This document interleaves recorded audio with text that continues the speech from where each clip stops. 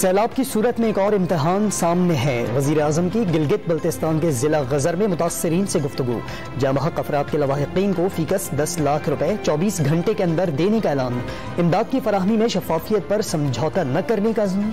खैबर पख्तूनख्वा, सिंध, पंजाब, गिलगित बल्तिस्तान और बलोचिस्तान में सैलाब से मुतासर अफराद से इजहार हमदर्दी, नुकसानात को नाकाबिल यकीन करार दे दिया।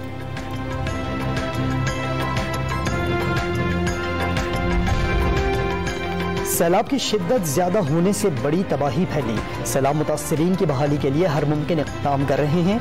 वज़ीर आला सिंध मुराद अली शाह की प्रेस कॉन्फ्रेंस।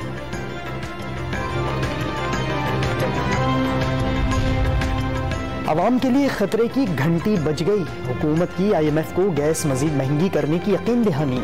एहसास राशन प्रोग्राम भी बंद होगा। 17 से 22 ग्रेड के सरकारी अफसरान और उनके अहल खाना के असासे अवाम के सामने रखे जाएंगे। टैक्स वसूली के लिए 3 लाख अफराद की फहरिस्तें बन गई।